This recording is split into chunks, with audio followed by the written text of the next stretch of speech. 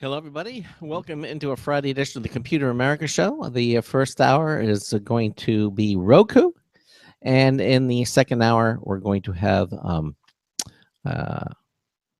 very interesting company called Social and Analysis and Intelligence Group. We're going to be talking about something called Second Sight. We also have our social media winner of the week. So sit back, relax, enjoy the show. It's Friday here on Computer America. 1 minute until showtime.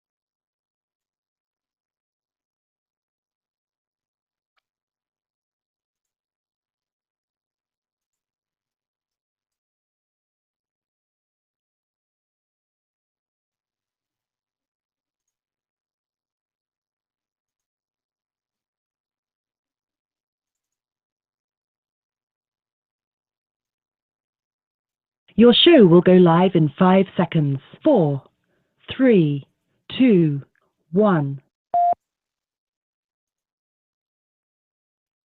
Broadcasting live. It's America's longest-running national radio talk show on computers, Computer America, hosted by national columnist Craig Crossman. Look for Craig's weekly column in your favorite newspaper. This show is being beamed nationwide at ComputerAmerica.com. Keep it here for technology news, computer products, guest interviews, and your phone calls. You're listening to Computer America. Hello, and welcome into the Computer America Show. It's the nation's longest-running, nationally syndicated radio talk show on computers. Computer America is heard around the world and coast to coast. And I'm your host, Craig Crossman. And I'm your co-host, Ben. And it's Friday! Already, yes. Another week. Oh, yeah, that's right. I wasn't here Monday, and I wasn't here Tuesday. That's right. No, I was here Tuesday, but I wasn't here Wednesday and Thursday. I was out, so yeah, that explains it. Well, Monday was Memorial Day, so we had a best of show, and then Tuesday you were here, Wednesday you were here, Thursday you were not here. No, I wasn't here Wednesday either. Oh, Aaron was here for both. Yeah, Aaron filled in that day too. 2 days, that's right. Maybe Craig wasn't there. I don't know. I didn't check in. I don't know. Maybe I wasn't here. I think Zach did the show. Yeah, exactly. That'd be neat. So. Anyway, welcome into the Computer America's program. We have a terrific show planned for you. In the second hour, we're going to be talking to a company called they're called Social Analysis and Intelligence Group. They make a product called Second Sight, and this is I don't know how they do it, but basically they have a product called Second Sight. Which detects violent activity anywhere in the world, and be able to predict it, and to assist law enforcement agencies in predicting violent social behavior.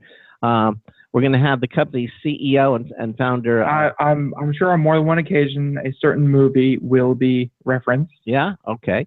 Dr. Michael Tony is going to be here with us talking about. He's the actual CEO of the company, and hopefully we'll explain this so that we can all understand it. And then if we have any time, maybe we'll throw in some computer technology news brought to you by Slimware Utilities, the official optimization software of Computer America. But if you have a comment or a question, give us a call at 347-884-8881.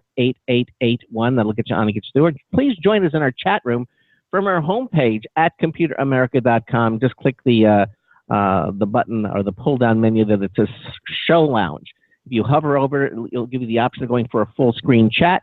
We'd love to see you in the chat room, and we have a lot of fun in there, and we certainly welcome you to join us. Anything else before we get started? I'm quite looking forward to our guest tonight, our first hour guest. Ben? Yeah, no, that's, I think we're good to go. Okay, well, let's do it. Our guest this first hour is Roku. That's right, Roku. They are the market leader in streaming entertainment devices for the TV. okay, letting you further cut the cord, if you will. And with millions of units sold, Roku has always believed that anything you want to watch, anything you want to listen to and enjoy should simply be there on your TV whenever you want it. I mean, when was the last time we watched live TV? I mean, with time shifting and DVRs and like live TV, I think still has a niche because it people time shifts it, but at least the programming is still being watched. Like even though you're watching something from 9 a.m. or 9 p.m. at 10 p.m., you're still watching technically the live show. Yeah, I mean, your mom now records the news, the 11 o'clock news, on a regular, and then sits down and watches what she wants. She doesn't have to run to the TV to watch the 11 o'clock news. I think it's a rarity watching live TV anymore these days. I mean, everything has shifted so much. I mean, with the advent of the DVR, it's just, I even believe the company's founder invented the DVR. So we'll find out. Anyway, Roku streaming players are renowned for their simplicity, variety of entertainment choices, and exceptional value. Now, here with us to discuss their latest products and also what's coming up is Roku's Director of Product Management, Lloyd Clark. Lloyd, welcome into Computer America. How are you, sir? I'm doing well. Thanks very much. And I got to say, first off, I want Ben's weekly hours. That sounds great, Ben. One day this week, is that right? Two actually, and this will be my third. It's really tough, but I there you go. The simple life. What can I tell you? And then it's nice that your boss doesn't even remember what day, what days you're working. So it's all good. Yeah, all good. That's right. I said, oh, Ben isn't here. Oh, really? Well, that's not good when he doesn't know when you're there or not. No, I'm happy to be here. Thanks for letting me join. Oh, our pleasure, really. Tell us a little bit about Roku. I mean, I know what it is what about Roku, and Ben certainly does. But maybe some of our listeners, even though we have a technology savvy listening audience, they still might not be totally aware of what Roku is all about. So why don't you tell us a little bit about the company? I'd be glad to. Roku's been around for a little while.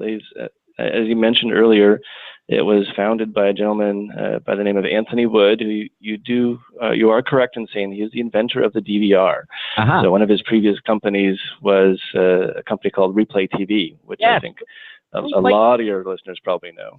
Yeah, Replay. I remember reading about Replay TV in the magazine. I just had it, but it's for a high ticket, high quality living.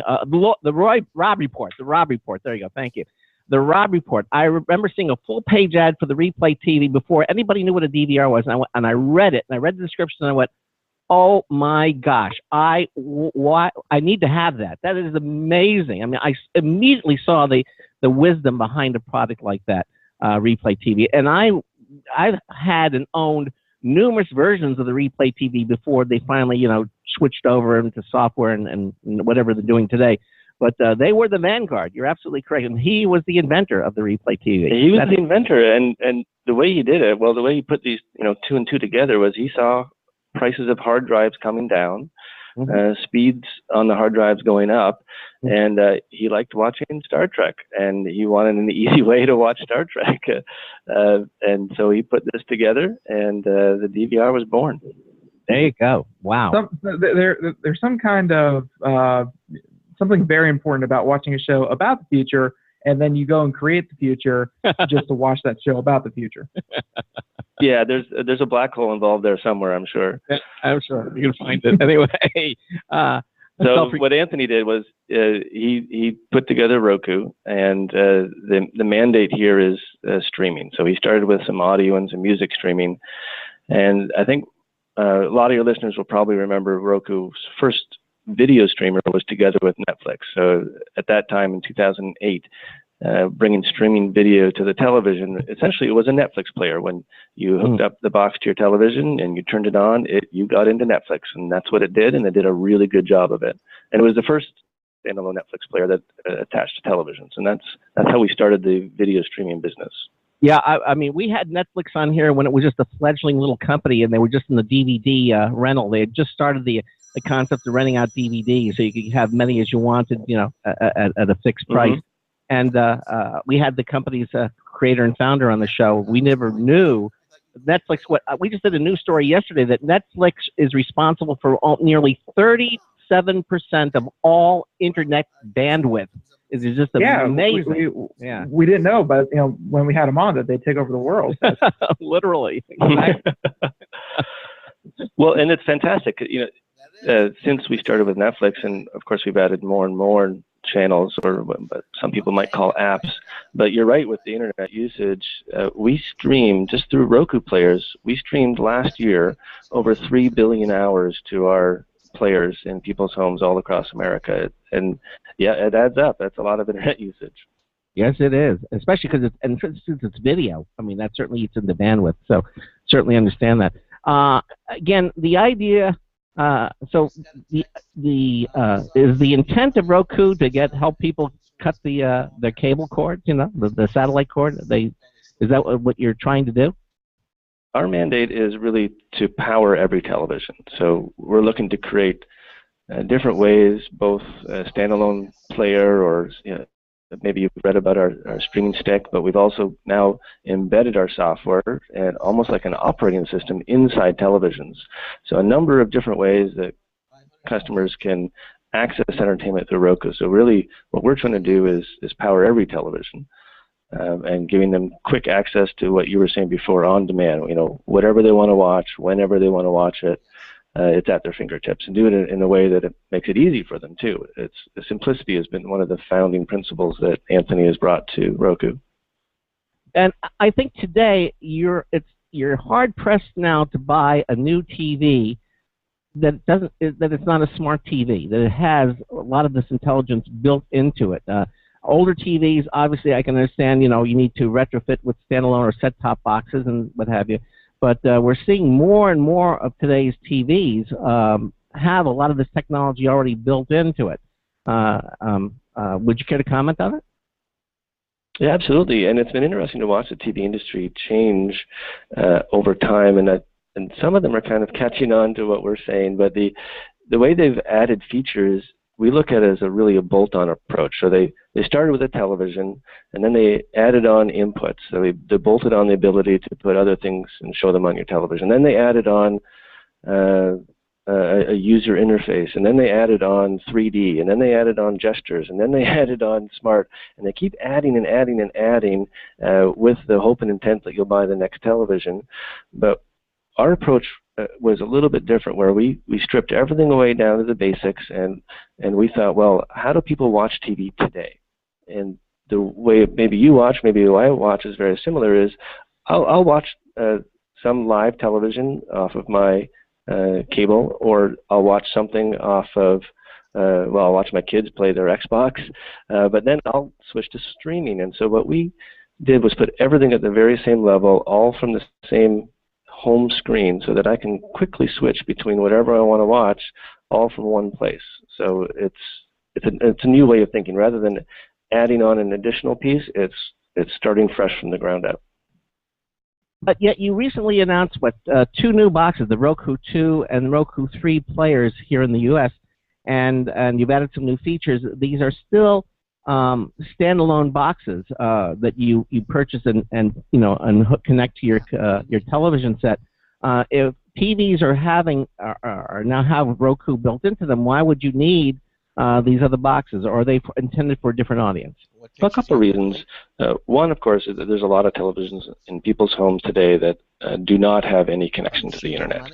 They don't have connection to streaming. So there's, I don't know how many TVs are in your house, but call it 3 to 4 TVs in every house, and there's over 100 million households. That's a lot of televisions that we have the ability to add one of our players to. So that's one way we're going to keep on selling these players.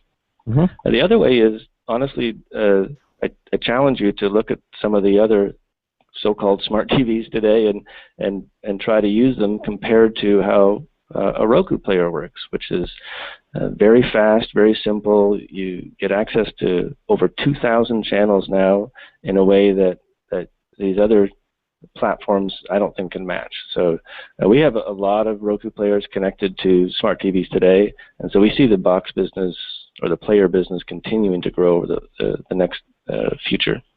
So then my question is, if I buy a new TV and it has Roku built into it, am I being redundant by then going and buying a Roku 2 or Roku 3 player to that TV that already has Roku in it?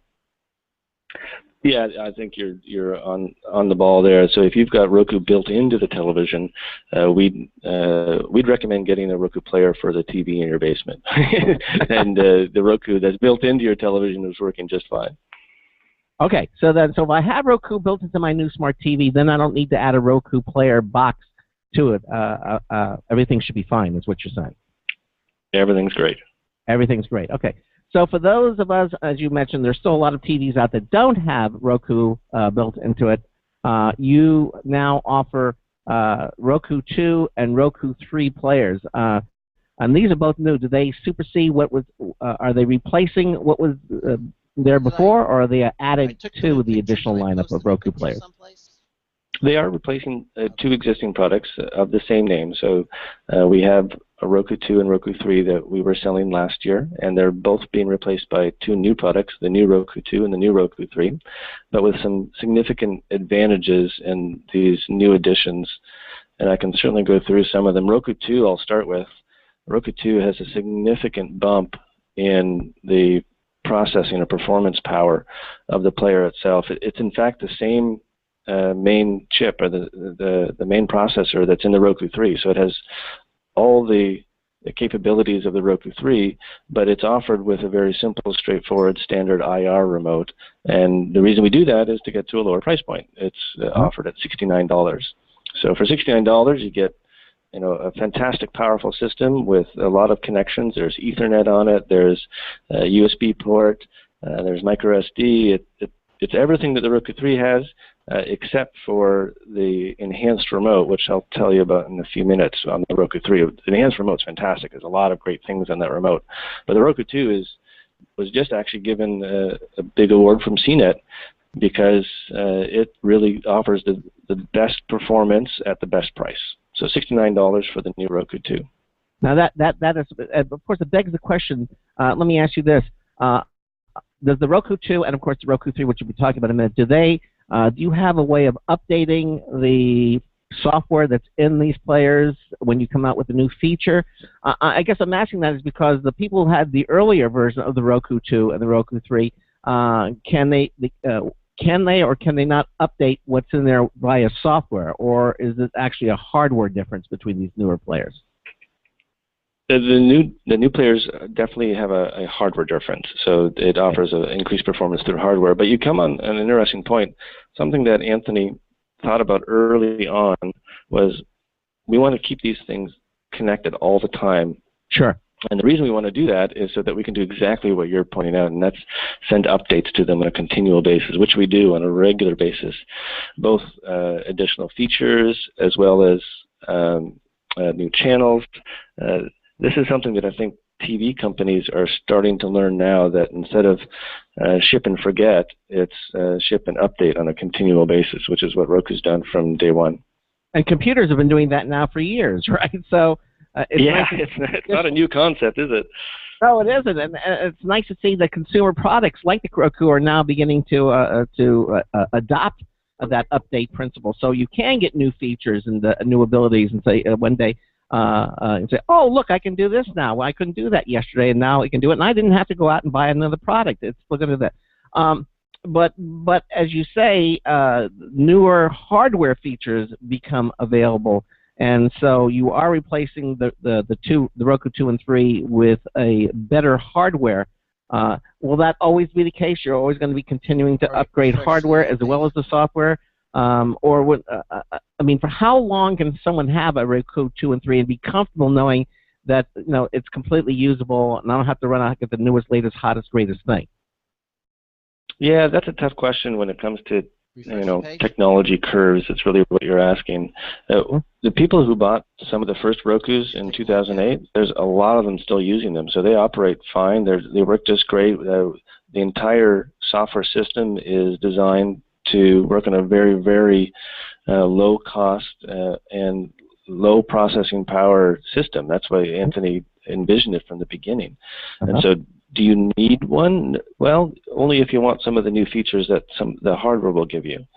And I'll give you an example. The new Roku 3, it comes with a remote that offers a tremendous amount of capability that older Rokus don't have. It offers motion gaming, which other Rokus have had in the past. It offers a headphone jack, and I got to say, this is one of the most brilliant things that we've ever done. And then the new thing that we've added this year with this Roku 3 is voice input for search. So there's a button on the remote and a microphone on the remote that when you press the button, you can say Samuel Jackson, and Roku will look for all the Samuel Jackson movies for you. Or you can say Star Trek, and it will bring up all the Star Trek. It's so easy to use, and it makes things so much simpler.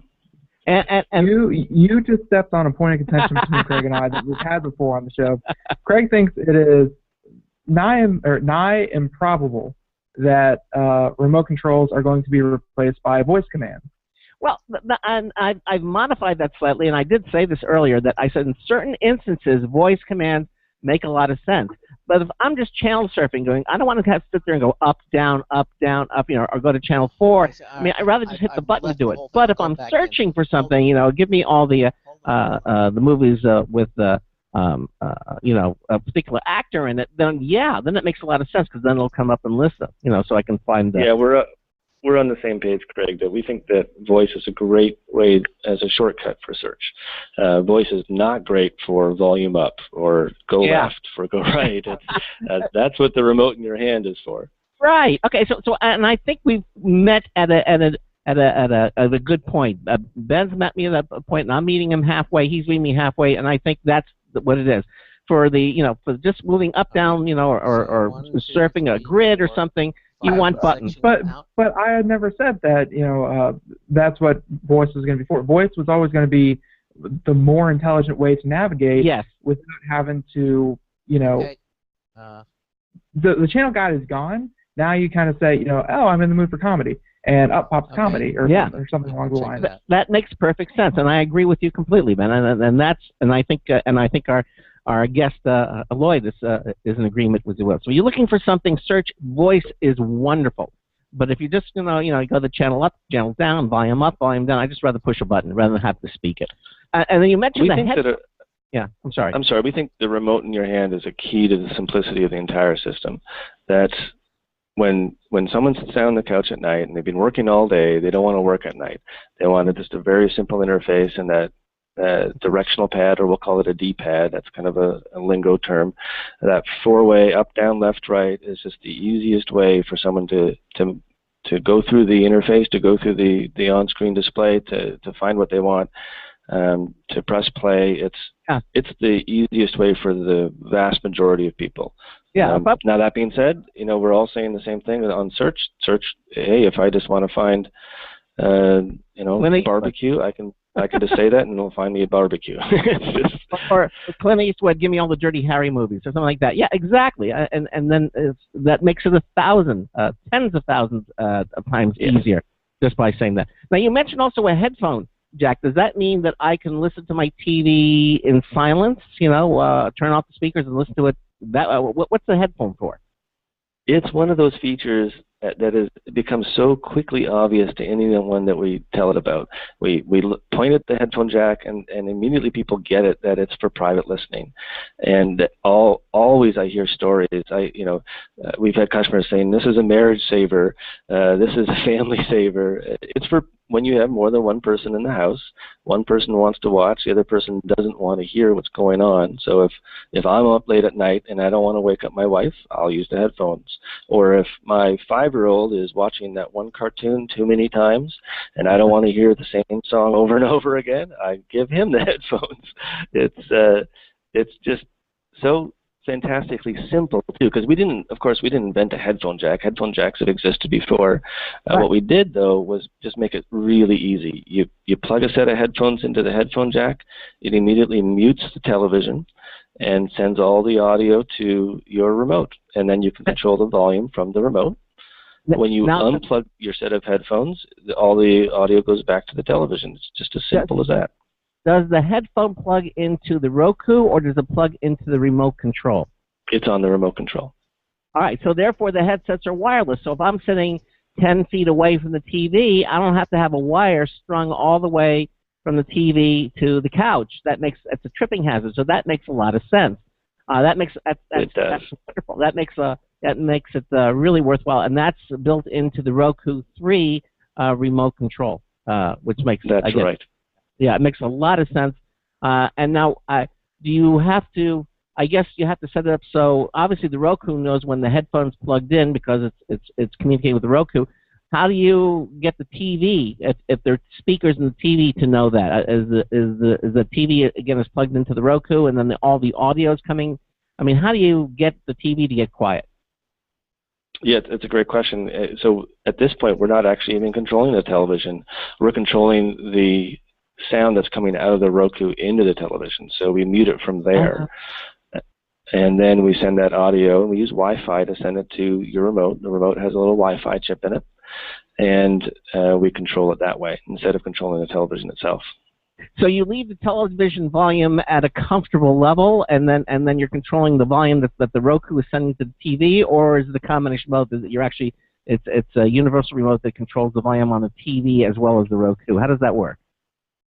Yeah, it doesn't control the TV at all. It stops sending audio to the television completely. So it'll mute that entirely and send that entire audio stream to your remote.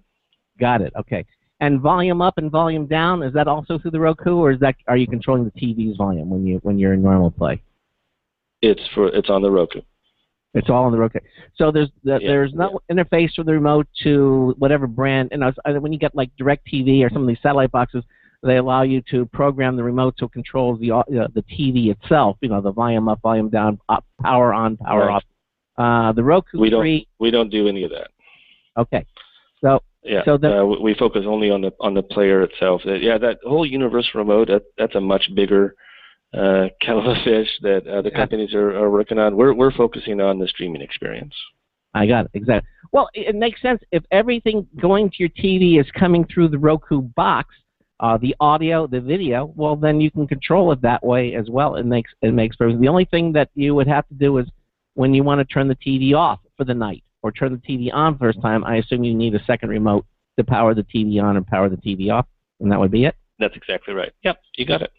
Okay, all right. So, again, it's completely updatable. How often do these updates come to the Roku 2 and 3? Are they on a scheduled basis, or basically it happens in the background and the owners don't even realize that it's happening? Well, describe the update process. The update process is very simple. The customer has to do absolutely nothing. So it will update when you're not watching, and it will give you the new features that we're launching. And actually, this gives me a good opportunity. I want to tell you about a new feature that we've rolled to our entire platform. Sure. Anything that you've bought in the last number of years is going to get this update to both search and something that we're calling My Feed, or the Roku feed. Hey, what is that? And so the new players that you buy today, as well as the players that you bought last year and the year before that, now have a new item on your home screen called My Feed. And I'm sure you've seen feeds before. You've seen Twitter feeds or you've seen Facebook feeds, and you understand the concept that it's something that's constantly updated with new information. Well, the new information that we're giving you are things that you're interested in watching. And maybe you've had this problem that I've had before. It's when you see a movie in the theater and you think, well, it's interesting, but I'm not going to spend the money to go to the theater. I'll wait until it's available on streaming. Sure, yeah, exactly. And so what we're offering is the ability to follow those movies that are in theaters today, and then Roku will tell you when it's available on one of the services that Roku has from our channel store. Isn't that fantastic? That's nice. Yeah, exactly. Because normally you have to wait, and then you maybe accidentally hear it on a TV commercial, or it'll be available in DVD, in stores, coming to stores, next Thursday or something, and you kind of have to make a mental note. That's nice that you can kind of turn all that over to your Roku player. That's just going to let you know when the movie becomes available for you. I assume it's like a video on demand type of service. Is that what you're talking about? Yeah. So. And it's from any one of the other channels that would provide that. So let's say, I don't know what movie that you'd be interested in watching today.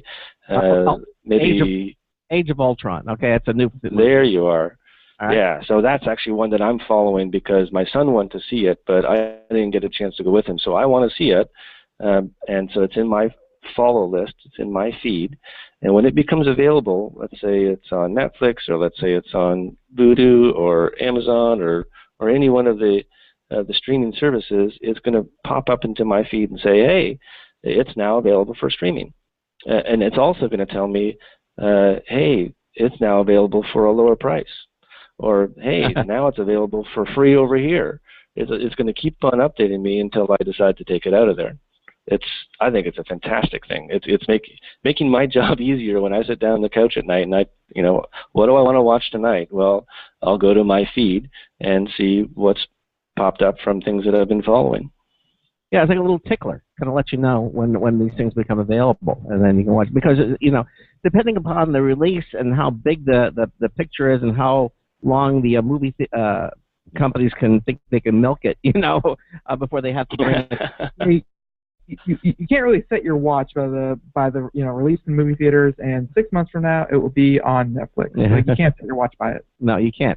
But this now will let you know, which I think is really, really cool. Oh, music means we're at the bottom of the hour. Boy, time's really fast. Yeah, exactly. Ben and I are talking to Lloyd Clark. He is the Director of Product Management at Roku.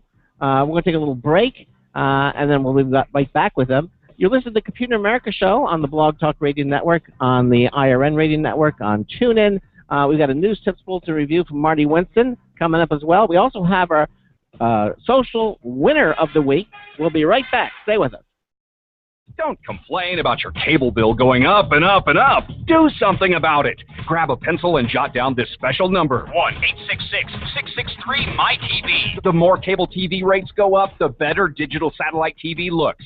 So, disable the cable and get more of your favorite channels in 100% digital quality for less money. Call 1-866-663-MY-TV right now to sign up for packages starting as low as $19.99 and up to 4 rooms. And there's no equipment to buy. That includes your free HD TV upgrade, your free DVR upgrade, and your free professional installation. And the best part, the pristine digital picture and sound. Call 1-866-663-MY-TV. So, what are you waiting for? Pull out your major credit or debit card. Call 1-866-663-MY-TV. 1-866-663-MY-TV. Disable the cable, cut costs, and get more. Call 1-866-663-MY-TV. 1-866-663-MY-TV. Hi, this is Craig Crossman, host of the Computer America Show. You have important meetings to schedule. Your company's getting ready for its IPO, and you're in charge of the PTA fundraiser this month. So how do you coordinate everyone to be available at the same time? Are you still using emails, phone calls, even text messages to schedule meetings with a group of people? How's that working out for you? That's so great, huh? It's a fact that every day, millions of people suffer from scheduling headaches. Well, with Doodle, scheduling meetings with a group of people is quick and easy. With Doodle, you can easily propose available times to each member. Each one checks off the times that they're available, and then you simply pick the time that works best for the group, all in an easy-to-read display that integrates with your existing calendar. Nothing could be more simple. Give Doodle a try for free, and like millions of Doodle users, you'll truly see how easy it is to find the perfect date and time for all your meetings. That's www.doodle.com.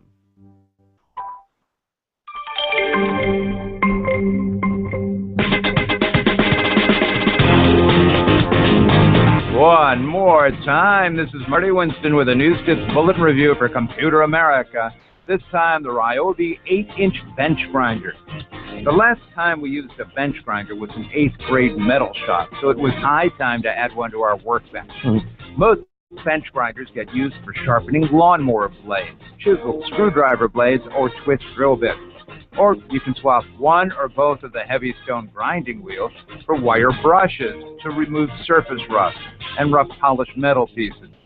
We got in the Ryobi BG828G 8-inch bench grinder for review. Its big motor reaches 3,600 RPM, spinning both big stone grinding wheels in so nice a balance that it runs almost silently and takes almost 2 minutes to coast to a stop when you turn it off. A spark guard over each wheel is mounted with an LED light accessory, one on each side, using 2 AAA cells each, with a good view of the work. Spark guards are good, but don't even turn it on without wearing eye protection. The work rest on the right is flat and nicely positioned for sharpening, well, chisels, for example. The one on the left has an angled groove that's a major help when sharpening drill bits. Bottom line, the Ryobi BG828G 8-inch bench grinder is a big improvement over hand tools, one you'd love to have things go faster for important gear maintenance. This is Marty Winston with a News Tips Bullet Review for Computer America. Welcome back to the Computer America Show. Here at 33 minutes past the hour, that was Marty Winston. Last time you'll be hearing that one, though, because it's going to be put out to pasture, as in it's going to be put in a file somewhere, and you'll hear a brand new one next Monday. Two of them, actually. One in each hour. Two new ones, yes, both hours. So, but right now we're talking to Roku, the company. Mr. Lloyd Clark is here with us. He is the Director of Product Management, and we're just getting, we cover the hardware pretty good, and we're just getting into some of the features. And we probably don't have time to spell out every, all 2,000 channels that you're but we have satellite, we have fiber cable network, like all these, and none of them have 600, let alone anything good on, but 600, let alone 1,000, let alone 2,000. What do you mean by 2,000 channels? 2,000 channels, it's a fantastic number, isn't it? And it's continually growing. We add more and more channels every week. It's an amazing cycle that we're on. And so by channel, we mean it's a property, or you can think of it like an app that gives you access to entertainment that's in that channel. So, for example, Netflix is a channel, or Hulu is a channel. But there's many, many more channels than some of those top tier ones. With over 2,000 channels, there really is something for anyone and everyone to watch. Well, that's amazing to me, because if 2,000 channels and just one of them is Netflix, well, Netflix has thousands of programs. Hulu has thousands. So when you say 2,000 streaming channels, that number is really a pretty darn big. We added up, actually, the movies and the TV shows that are available through all the channels, and we're over 250,000 now, and growing. If you tried to watch them all, it would certainly take longer than this show. There's a lot to choose from.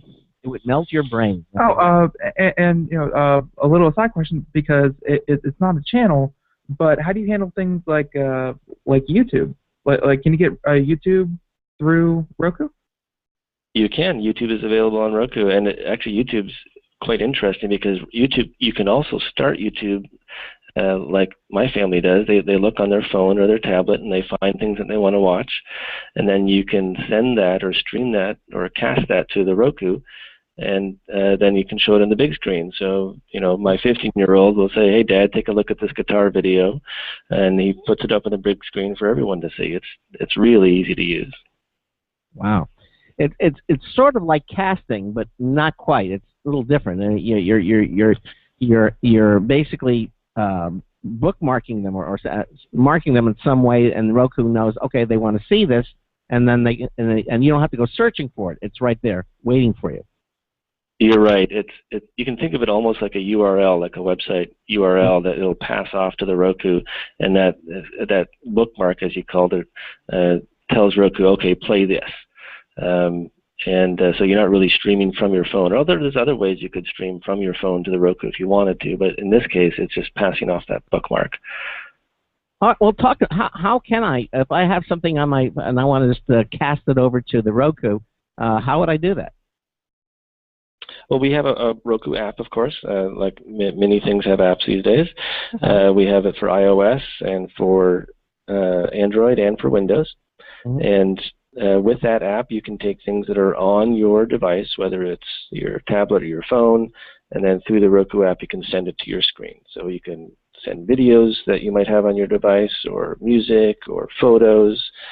So when we do trips, or if I'm on vacation, or if I'm on a business travel, I come home and I want to show photos, that's the way I'll show photos. That's one way to do it. The other way is what I was saying with YouTube, and Netflix supports the same thing, where you can start something or find something using their app, and then pass that off to the Roku to play on the Roku. Right, exactly. So you really have a lot of. It's never like, oh, let me, thousands of channels and nothing to watch. Is the old saying. Well, at this point, if there's nothing to watch with something like Roku, you don't deserve to be entertained at this point. But we laugh, and it's funny to think about it. With 2,000 channels, what can I find to watch? We do see that as something that we have been working on, and that we're continuing to work on as a thing that needs to help the customer, the consumer, find what to watch. So we've implemented search in our system, where we're searching across the top channels, and whether it be voice search or just simple text search, you can search for whatever you feel like watching, whether you want to find a certain actor that you like, or whether you want to find a specific show that you like, and it'll come up with results that say, okay, what you were interested in, maybe it's Oblivion, you wanted to see that movie. It'll show you all the different places that you can watch it and the prices that they charge. So really letting you choose from a very unbiased search that is comprehensive across all of our system. Now, I guess recently it was the news about Roku TV, and when we're talking about Roku TV, that's not the same thing as the Roku 2 and Roku 3 players. Is that what do you mean by Roku TV? They ever really taken Roku's philosophy, simplicity, and applying it to the entire television. So not only do you get all the benefits of Roku streaming like you would with a player, but we've made the entire television simpler to operate. And here's a problem that maybe you've had. Have you ever had that tech support call, maybe when you're not at home, or maybe when the in-laws are over, and they see that snow screen of death because they pressed the wrong button on the remote? Have you ever had that call? Yeah. And they say, how do you fix it? And then there's how do I fix that? So the way we fix that is that we eliminated a button from the remote control that causes that problem. And sometimes for simplicity, for the benefits of simplicity, you actually have to take things away. And so the thing that we took away was the input button. There's no input button on the Roku TV remote. And so you can't get to a place where you can't get out of, and you can't get to that snow screen because what you do is you choose from your home screen. You choose, okay, I want to watch something on my Xbox, and you click on the little tile that says Xbox. Or I want to watch Netflix. You click on Netflix. We've made it all at the same level, all very, very simple to use. It's just much more visual now instead of a button. Well, the button got people into trouble because they didn't really understand the whole concept of inputs, nor should they. They don't really care about the technology or the physicality of an input. What they care about is, I feel like watching something on Amazon, or I feel like watching something from my Blu-ray. That's the thing that they care about. They don't care about the how it does it. They just care about the end result. All right, and how do you get around it? Because it's a technology issue. I mean, you have different inputs coming through. How do you handle that? It's exactly like your friend said there. It's from the home screen, and it's graphical. So right now on your home screen, you would normally see our channels, whether it be Sale TV or TED Talks or Daily Burn or whichever ones that you like on your home screen. Well, in that home screen on Roku TV, in addition to those channels that you want to watch, you would also see your cable box or your Xbox or your PlayStation, and you would get to that input. Although we don't really even call them inputs, you get to that content source by clicking on that channel icon. It's all basically it's a graphical user interface. It's something visual. People can see it. We don't have to worry about wires and buttons, and it's just basically it's handled internally by the Roku device itself, and you don't have to worry about it. This show's been on for a long time. I bet you had a very similar conversation when you went to a graphical user interface when you were on computers a long time ago. Exactly. Yeah. Exactly, and that's what you're doing now here. And That's right. Exactly, and making it easier, so they don't have to get caught up in the nomenclature and or the technical. They just want to make it happen, and it's very visual and it's very easy to do. The other thing we've made really. Oh, go ahead. No. Finish your thought, and then I have a personal question, or like not about something else. But go ahead, finish. I was going to say the other way we've made TV simpler, the TV itself, is all the image controls or the way you want to adjust your picture are done very simply with our interface. A lot of other televisions will go very deep into, again, more tech talk rather than user experience. It's something it's hard to describe over the telephone, but when you go to a Best Buy or when you go to a Walmart or Target and see one of these, you'll see very quickly that, oh, this is something that I can do. I don't have to be an expert. I don't have to bring my uncle over or my kid. It's like I can do it by myself. Yeah, I mean, have you ever looked behind the TV of some of these things with the auxiliary, amplifiers and everything? It's enough to make your head explode, because it can be extremely technical, and you have the right proper cabling and everything. With this, this way, and just everything very graphical. It's right in front of you. You don't have, as you say, you don't have to be a technician, and certainly and hopefully, eventually, more and more products will work that way, because in the technical ability to do that is very complex. To make it easy, you have to have it complex inside to make it this easy. But you don't see that. It's like a layer over that. And you don't really need to see what's going on in the background. You just see the easy stuff, and I guess that's how you want to do it. Makes perfect sense. That's how you want to do it. That's right. Yep. Exactly. It's worked well for smartphones. So but the kind of question that I had was more about the content. I know it's backtracking a little bit, but okay. Lately, again, I just watched Jeopardy and Wheel of Fortune for the first time in a long time, and I was like, wow, it's been 10 months since I've had to sit through a commercial. This is excruciating. But what's been filling up that 10 months though has been a service called Twitch.tv. Very, very popular, but still just a web-based application. And I was wondering if it was getting any attention from Roku, or if it was one of your apps available, or channels available at all. Yeah, it absolutely is, and it's a popular channel. We added it to our platform not too long ago, but it's growing very quickly, and it's a unique kind of channel in that I don't know. You sound like you're familiar with it. Maybe other listeners aren't, but you're watching other people play video games. And it's quite entertaining. It's a different part of entertainment that maybe my dad isn't interested in, but we certainly have a lot of our customers are very interested in it. Yeah.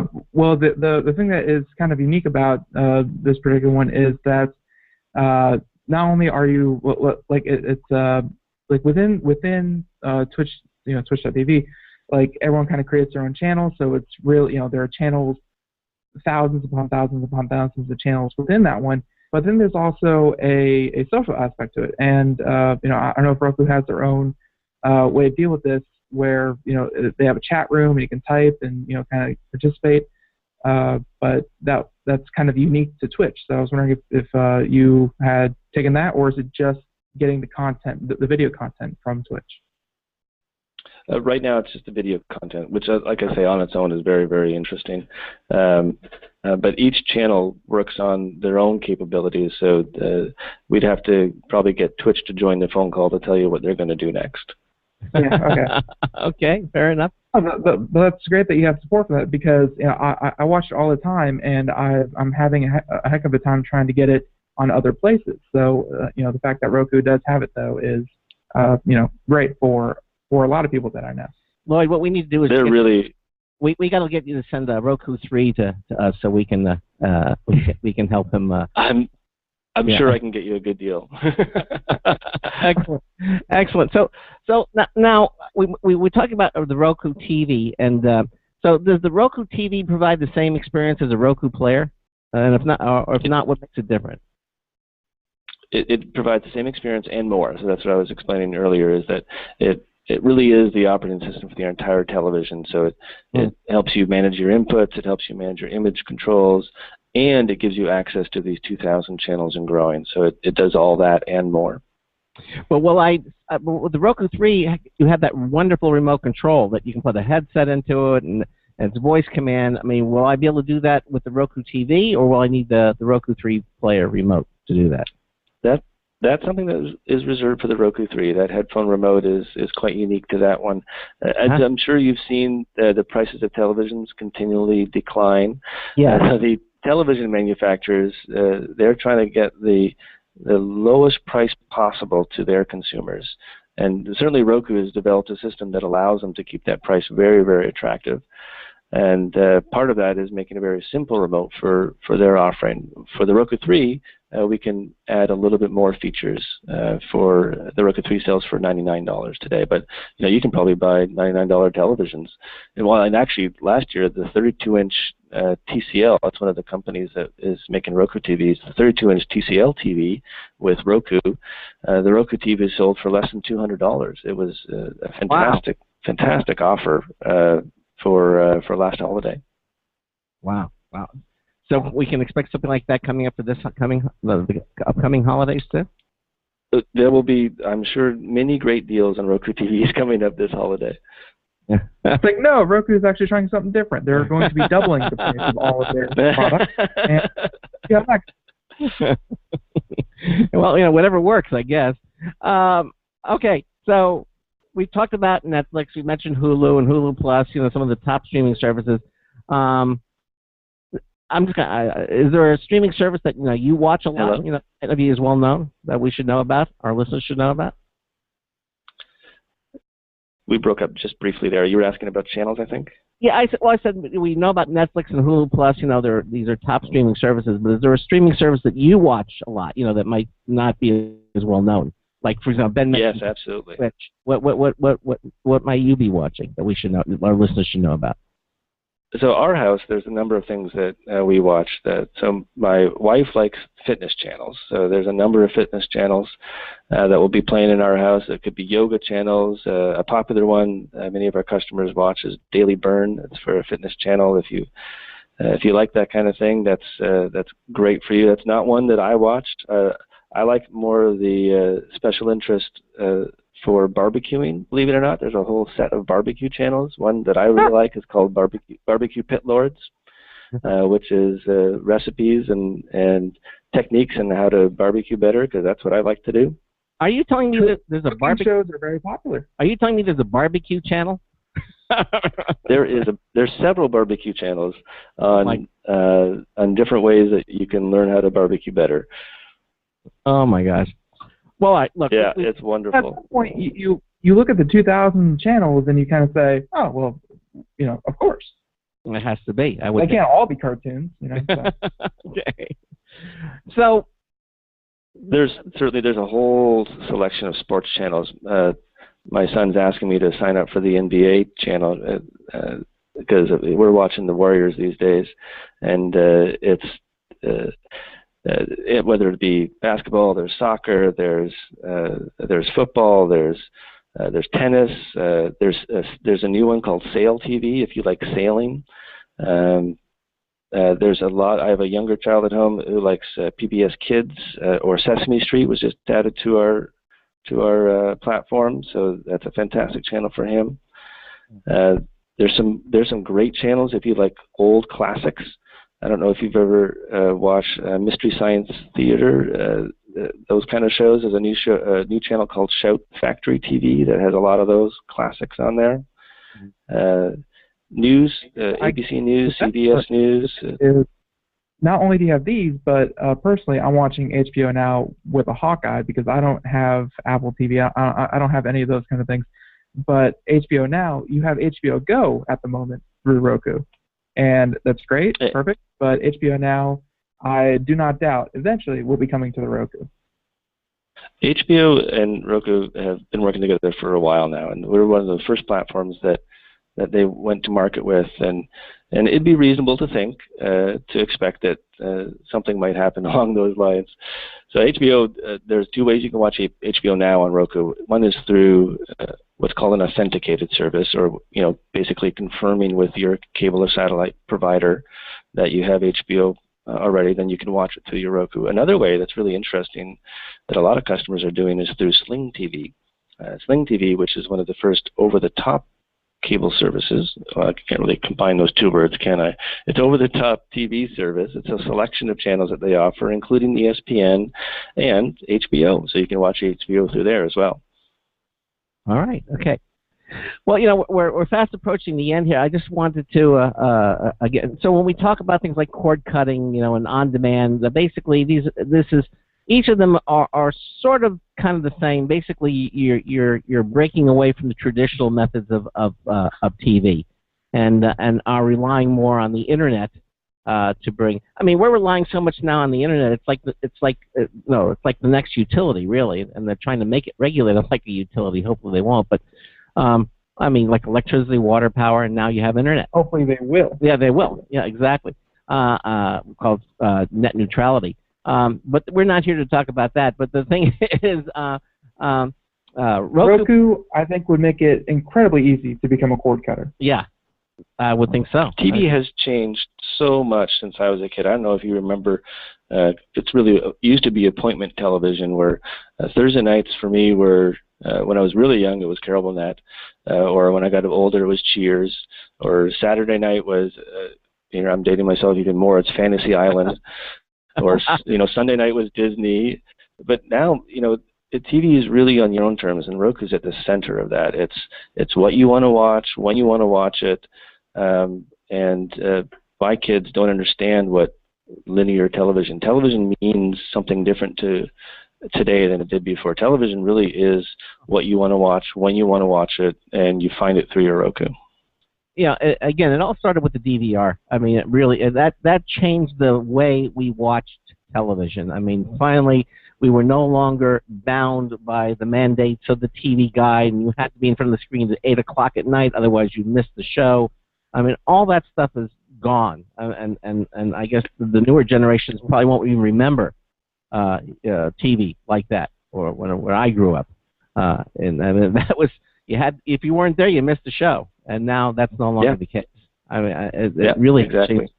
And products like the Roku are extending that even more and more. And the networks have to change with the time. I mean, they have to. They can't be. That's the way we've done it for 30 years, and we're going to continue. No, that mentality doesn't work, and they realize even the big 3 or 4 networks now are changing the way that they make this stuff available.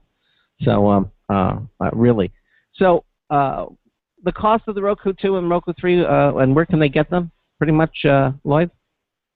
We have a Roku for almost anyone. We have prices that range from $49 to $99. So for $49, you can choose from a Roku streaming stick, which is a great solution if you've got a flat panel hanging on the wall and you don't want to have any cords. $49 will also get you a Roku One, and here's a great product for that older television that's maybe sitting in a garage or a basement that has those old RCA connectors. Remember those red, yellow, white ones? So the Roku One actually supports that. So I think that's the only one that does that still. Then the 2 new ones are $69 for Roku 2, and then $99 for the fully featured all-in Roku 3 with that fantastic remote. And they connect to the TV by HDMI. That's right. That's pretty much. I mean, one cord does the video, the audio. I mean, that's the way to go. Most TVs now, that's how you connect to them, and with the HDMI connector. And so then again, you can get the Roku 2, 3 in most places now, like Best Buy and all the normal places where you buy electronic products. They're very, very widely distributed. So Walmart, Target, Radio Shack, Best Buy, Amazon, of course, Roku.com. Yeah, exactly. I don't think Radio Shack anymore. I think they're out of business. but yeah. No, they're still around. They're still around. Okay, yeah, they're good. And of course, at least they'll have a Roku in there. Well, Lloyd, I want to thank you for being here with us. The time went by very, very quickly. Again, you can check it out at the Roku website at Roku.com, or you can go to ComputerAmerica.com. It's right there up on the home page. We have the links to the Roku website, and you can purchase it right there, have it delivered right to your door. The Roku 2, Roku 3, both available, the new ones, available now here in the U.S. If you're listening to some other part of the globe, the website will certainly reflect and tell you where and when you can get them for your television wherever you are located. Again, Lloyd, thanks so much for being with us here tonight. It was a lot of fun having you here on the show. Very interesting. And it was so fun for me too. It's always fun talking about TV. Yeah, and hopefully we'll have you back again. Okay. All right. Thanks so much. Take care. Bye-bye. Good All night. right. Bye-bye. Bye-bye. All right, there you go. Roku, ROKU.com, the website. So, all right, coming up in the second hour, as I mentioned, the company that allows you to find out where global dissension is. Second Sight. Social Analysis and Intelligence Group. Yes. Dr. Michael Toney, CEO of the company, is going to be joining us here in the second hour. And also, we're going to have our social media winner of the week. We're going to be announcing that as well. Social media winner of the week. So, if, again, just head over to any one of our pages at computeramerica.com. You'll see all the little charms there at the right. You got the Facebook, the YouTube, the Pinterest, the Twitter. Just subscribe to any and all of those. You only have to do that one time. If you subscribe, the more you subscribe to, the better chances you have of winning some of the great prizes that we give away. Not to mention, if you get your friends to subscribe, then they have a chance to win, and then you can go over to their place and steal their prize. We don't advocate thievery, we do advocate selling your friends out. Okay. You're listening to the Computer America Show on the Blog Talk Radio Network, on the TuneIn Radio Network, the IRN Radio Network. We got lots more coming up here on a Friday night. And they said our social media winner of the week is coming up here on Computer America. Stay tuned.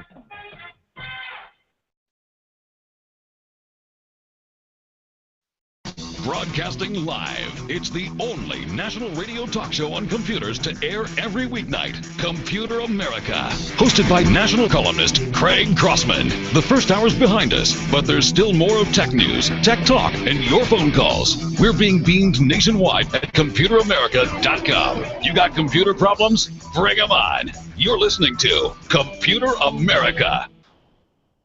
Computers run the world, and we run computers. Call us or send us an email to live@computeramerica.com. Hello and welcome into hour 2 of the nation's longest-running, nationally syndicated radio talk show on computers. This is the Computer America Show, and I'm your host, Craig Crossman. And I'm your co-host, Ben. Really interesting first hour with Roku. I'm thinking I need to get one of those. They've been around long enough. Yeah, they are an established company in the small form factor, cord cutting arsenal. So, they're no fly by night operation. No, they're not. And again, you can certainly check them out at the Roku website or at ComputerAmerica.com. We have the links to it as well. I really like that Roku 3 with the remote control that does. Yeah, the little remote control. Like as much technology is packed into the remote control as is probably the actual Roku box. So it's. Yeah, they did so many things to it that it's more than just a remote control. So it's like oh well, I can always use my smartphone, but it's so much more. Yeah, it is. Well, as I said, welcome into the second hour of the Computer America Show, and our next hour guest is really going to be, I think, in addition, going to be extremely interesting. Again, if you have a comment or question for anything we're talking about tonight, again, 347-884. 8881. That's 347-884-8881. We'll get you on and get you through. Of course, our live interactive chat room from our homepage at ComputerAmerican.com. Love to see you in there. And yes, it is Friday, and that means we're going to be announcing our social media winner of the week. That'll be coming up as well. So let's get to our next hour guest. The product is called Second Sight, and is a pioneering sentiment analysis system. Boy, that has been designed to advise decision makers about trending social behaviors, particularly those that lead to civil unrest and violence. Second Sight also discovers, tracks, and forecasts violent criminal organizations and terrorist activities, placing the power of prediction and control in the hands of decision makers at every level. Well, this sounds almost like voodoo. That's amazing. I believe. Like we're gonna come up with the name of the movie. I just said it earlier. But Minority Report. Minority Report. That's it. Second Sight empowers you to view sentiment analysis of global social media as well as other vital data points ranging from violent organizations to virus outbreaks, natural disasters, and crime. Now, here to explain how all this works to us is Dr. Michael Toney, the founder and CEO of Social Analysis and Intelligence Group, the creators of Second Sight. Mike, welcome into Computer America. How are you? Good. How are you? Thank you. Yeah, my head's spinning with this stuff. I mean, this is just I'm not going to say strange, but I mean, a tool like this. You just mentioned Minority Report, where they're predicting crimes almost before they happen. Can we really do? I'm not saying you do Minority Report, but can we really do this? What you're claiming to do with a degree of accuracy that is confident? Well, when you think about the world before the internet and before technology, when you were upset about something, you generally expressed that face to face with, someone you trusted, a friend or a family member, or whoever that might be. But today, in the technology age, especially with social media like Twitter and Facebook, people express their emotions openly, and they share that on social media. But that's really not what Second Sight cares about. It doesn't care, about hey, I got a speeding ticket today, and the cop was really annoying to me. What it cares about is, hey, while there's a riot in downtown Baltimore, we're going to throw some bottles through the window of the computer store and take all the the iPads and iPhones. That's what it cares about. So now you're a doc. You have a PhD. What is your PhD in, if I might ask? So my studies were in organizational behavior. Matter of fact, I still teach that now.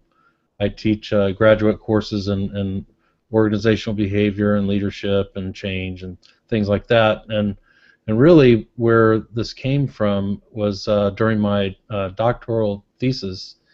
I was actually living in the Middle East. I had been living there for several years, and this was during Arab Spring and a lot of the unrest. I was talking to a coworker, and I thought, what? And at the same time, trying to come up with a thesis topic, and the idea came across me that, it would be interesting if we, could come up with a technology that could predict when there was going to be civil unrest, rather than you experience it as it's happening. So that's really where this, the root of it. So I guess the next natural question for me to ask you, Mike, is it accurate? I mean, are you getting some results, and what kind of results are you getting with this? Yeah, that's a great question. So, accuracy is, there's, I guess if you think about the opposite of accuracy. So let's say, you have a group of criminal opportunists and they want to game the system. Let's put information out that's false so that they can't predict what it is we're about to do. Well, when you think about the number of tweets every hour or minute, the number of Facebook posts, I mean, we're talking literally hundreds of millions, if not billions, of bits of information at any given moment.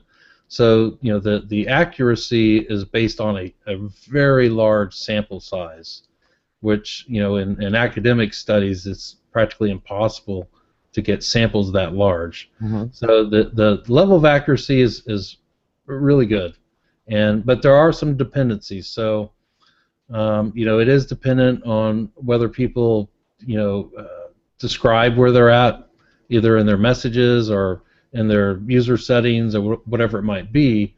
But if you think about it, if I'm trying to organize, a group of people that I don't really know well, and I want them to meet me at a certain place so that we can take advantage of civil unrest, at some point you're going to have to describe where you're going to be.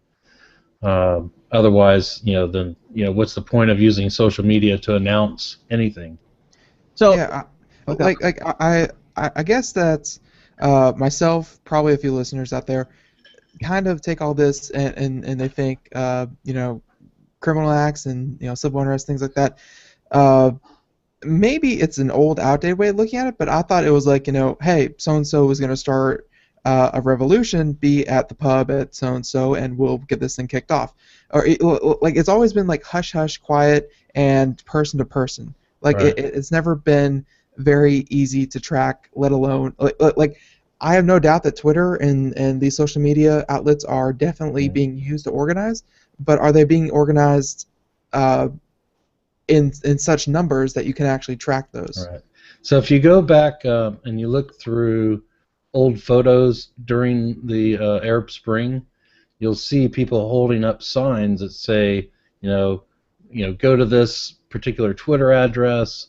We're gathering in Alexandria, or we're gathering in Cairo, or wherever it might be, because the only way that a large number of people can be effective is if they're concentrated on points that are most effective. So, and just to be clear, this isn't about legitimate discontent with government. So we don't care about we're not happy with our government, so we want things to change, we want policies to change, or whatever it might be. But this is about the, using the Arab Spring example again, this is about the guys that looted the site digs. These are about the people that looted businesses. Same thing in Baltimore, same thing in Ferguson.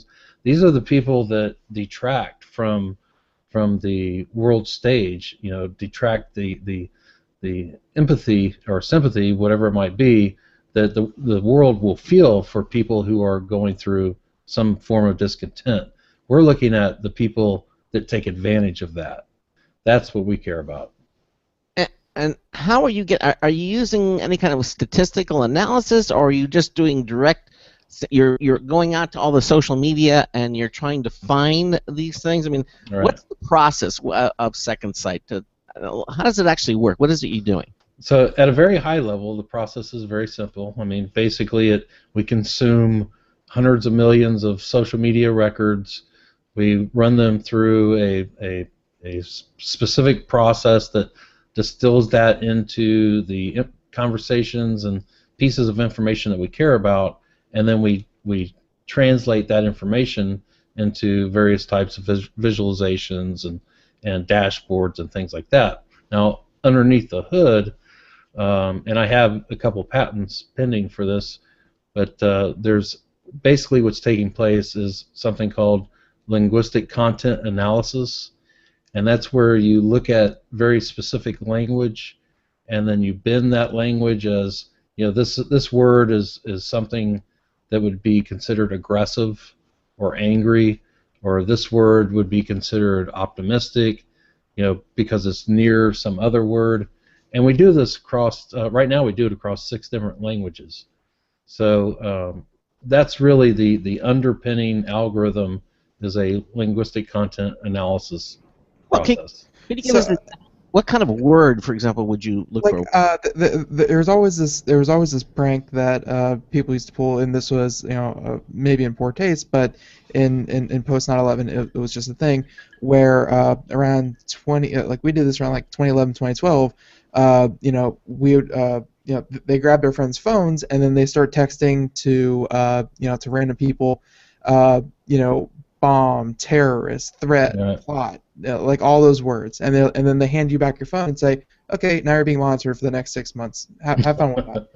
So that's such a small, piece of the larger, because we're looking at the larger group. So as far as being able to listen to the wire and find out if someone said kill the president or something like that, that's not what this does. So this looks at the larger groups of organized or loosely organized people that seek to take advantage of civil discontent, for various reasons. And another example of that would be, a terrorist organization that stakes a claim on a protest for their own cause. So, it looks at the larger volume of information. So something like that, it would never, it'd be very unlikely it would detect it. So, and I'm all for finding the bad guy or the bad people, but is Second Sight an intrusion, into the privacy of social media? That's a great question. So, I guess one way of putting it so that you better understand it is think of it like a early warning system, similar to a hurricane alert in Florida. Let's say you're in Florida, a storm is approaching, and then the next thing you know, everything you own, your business, your home, your vehicles, everything is destroyed by a hurricane. You didn't get any warning. Okay, so now we have a National Weather Service. They have things out there in the ether that detect storm patterns and behaviors, and they give you a day or even a couple days warning before something happens. That gives you time to move your valuables, protect your family, do all those types of things. Mm-hmm. Now let's put that in context with Second Sight.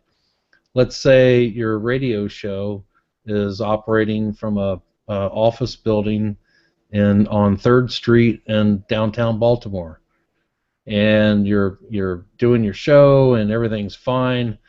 You hear there's going to be some protests and everything's still fine, but next thing you know, they're moving in the armored vehicles. They're putting up roadblocks. People are throwing Molotov cocktails and busting windows, and the next thing you know, you find your office completely looted.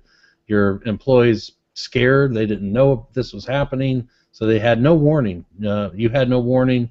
There was no way for you to know that this was about to happen. Now, had Second Sight been in place, then based on social media conversations and other things taking place on the internet, you might have, as a business owner, you could have gotten some form of warning. Hey,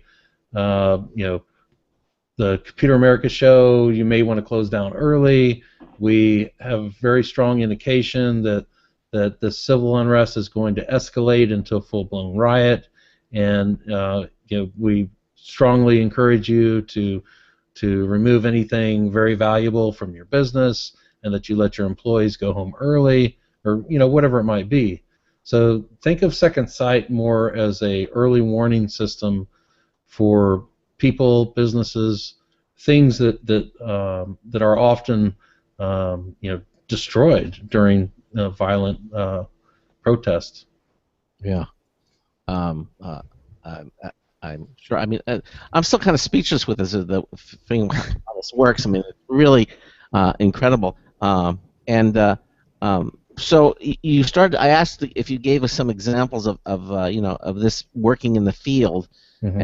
and can you give us some specific examples of how this has worked and how it has helped people to identify the problem, or have you successfully staved off, let's say, some sort of a All right.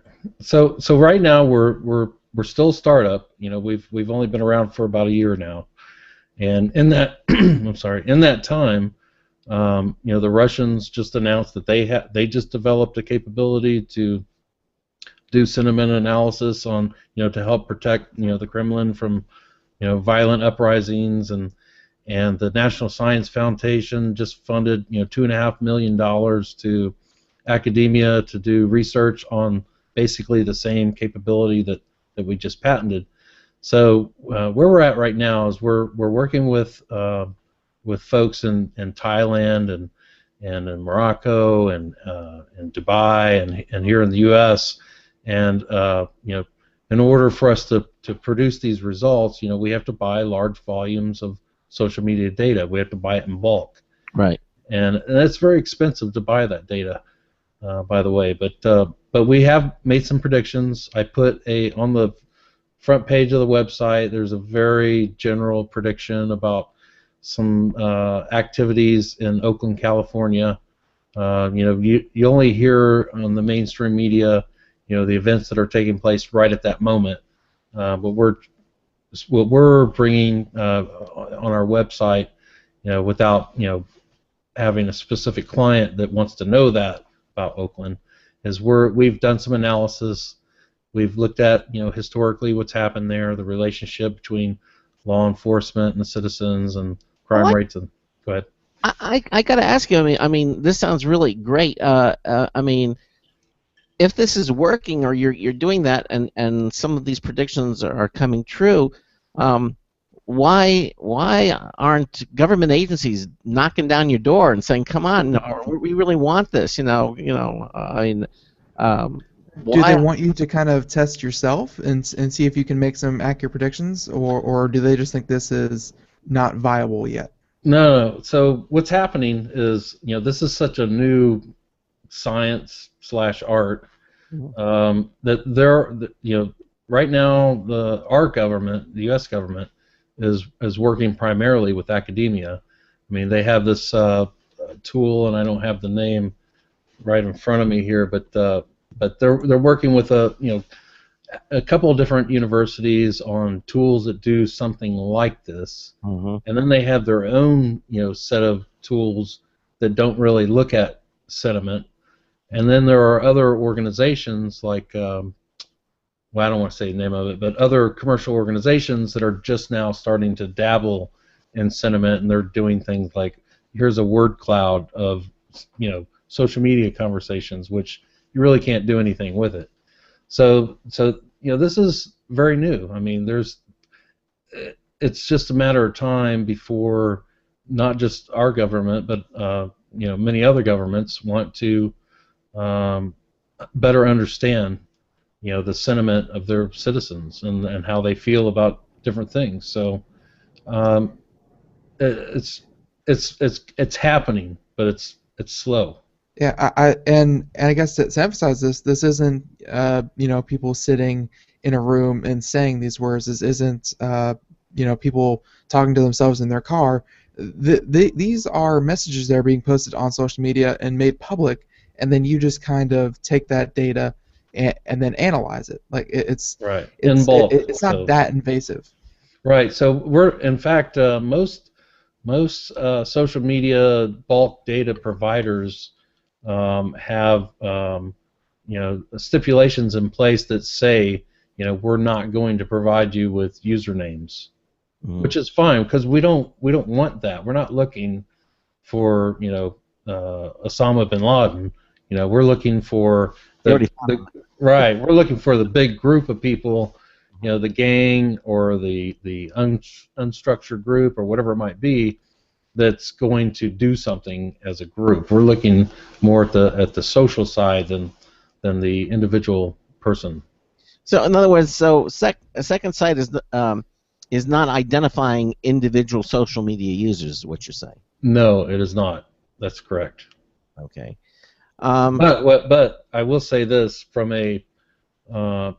it is identifying individual people that are associated with criminal organizations, terrorist groups, wanted by Interpol, whatever it might be.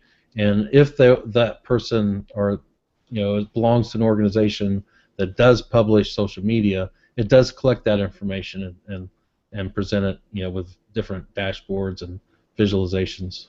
And you say dashboard, you're talking about some sort of a control panel that has different gauges or things. Right. So I can see things. I can see all this data quantified in some sort of a graphical or measurable gauge or something, rather than right. throwing numbers out. Okay. So it's like the oil gauge on your car. If as long as it or the temperature gauge on your vehicle, as long as it remains at a pretty steady area, then everything's fine. But right. Once the needle starts moving towards H, then there's a problem, and that's the level of simplicity that we're trying to really? Establish in these dashboards. Okay, so the dashboards. So I'm driving, all of a sudden I see that one pointer start going to H, and whatever that pointer is. Then I basically need to sit up and take notice, and then do I begin drilling down, or if I exactly. see a second sight, then I can kind of focus in on that particular area, and I can do that with second sight. Yes, exactly. That's the intent was to make this as simple to use as possible for the actual decision makers, but also to provide a level of drill down for your analysts. So if they see and it kind of looks like a weather map, but if they see things starting to turn red in a particular area of the globe, then your analyst can drill down in there, filter it, sort it by day or country or city or street or whatever it might be. And then in addition to analyzing that, they can also look at other bits of information that might be important. Right.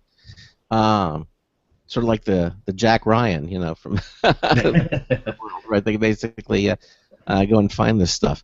And again, you say this is all pretty new. I mean, people are have they been doing something similar to this? I mean, in the past, and you're just providing a better interface to these things where they might miss it, and Second Sight will actually grab their attention and say, oh, here's something you really need to see, or you need to drill down further. But at least it's an initial alert.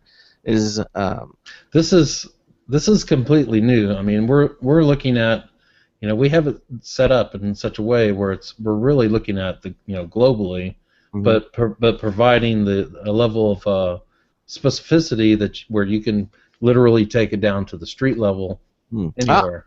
Okay. So, but a comparison, I don't know if you've ever seen the television series called Homeland, but there was an episode in Homeland where one of the agents said, "Hey, what's signal saying?" And the other agent says, "Well, there's heavy traffic on social media sites. There's no doubt about it. We're going to have a street demonstration." So that's actually a good example of one of the capabilities Second Sight brings. Well, when you saw that happen on TV, did the hairs in the back of your head stand up and say? Exactly. It was like I can't believe I just seen this on TV. I immediately took a screenshot and went back and wrote it down and thought, wow, this is amazing. But make sure check your office for bugs. Make sure nobody. It's so weird that we're having a lot of guests on lately that have these futuristic tools and stuff like that to really analyze data, and just like your story, television is getting it oddly right. It is strange, and it's well, for me, I'm a huge Philip K. Dick fan, and he's an author where a lot of movies were based on, like Minority Report, Blade Runner, those types of movies. So science fiction is well known for leading the way of future technology. Hmm. Well, so as a U.S. citizen, why should I care about this? About Second Sight? All right. So there's a lot of reasons you should care about this. Number one, if you're a business owner and you don't want to be one of the 200 businesses that were burned down in Baltimore, or you don't want to be looted, or you want to protect your employees, you want to make sure that they can get home safely, you should care about this, because this is right now your only early warning system. No other warning system exists. So if you're one of those folks, the only other way you get this information is real time when a bottle flies through your window. So that's a good alert. Right, there's a brick. Okay, time to go home. Close everything down. And I guess these predictions, I've no doubt that they can be as accurate as the data can be, but I've noticed with social media, people are hyperbolic. They're they go and they say things that they won't do in real life. They say things that aren't true in real life. Like, how do you separate? Is this the case where you collect the data but then you approach it with skepticism? Well, there's definitely filters in place, but this is really more about if there are 1,000 messages about I want to burn down the world. rather than some individual expressing whatever kind of anger. So it's really about patterns. So it's patterns of behavior. So it's really looking at the larger group of people and those expressions and how those expressions relate to each other, and then how and then you apply the linguistic content analysis algorithm to it to begin to bend this information and look for patterns over time, patterns within a geography. So it's perfectly fine that people express themselves. I mean, that's what freedom's all about, and this certainly is not a tool to stop to have any relationship to that whatsoever. So it just again, the only focus is on the criminal opportunists, the people that take advantage of civil unrest. They look for areas of discontent to expand their gangs or their criminal organizations. I know there was reports in Baltimore about street gangs protecting businesses. So that's like they're getting positive media attention, and they're building relationships with businesses, but in reality these are street gangs. I mean, they're drugs, they're doing a lot of different criminal activities. So what would you prefer? Would you prefer a legitimate early warning system that sends you an email and says, hey, this civil unrest is about to become extremely unruly, or would you prefer to have the local street gang stand out in front of your business? I'll tell you what, we're at the bottom of the hour, Mike, so we're going to take a little break, and then we're going to continue on with this. We'll be right back. You're listening to the Computer America Show. We've got our social media winner of the week coming up as well. We'll be right back with Mike right after this.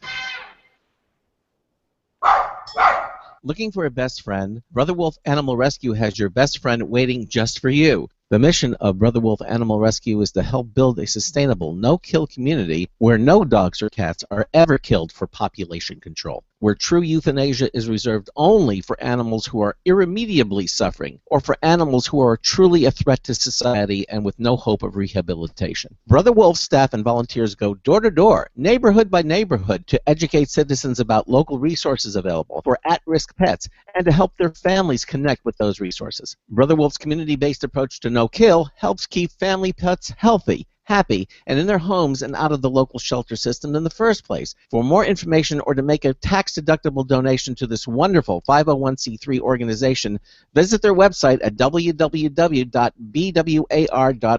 Help to realize Brother Wolf's vision when no animal is euthanized for lack of a home. Who's a good boy?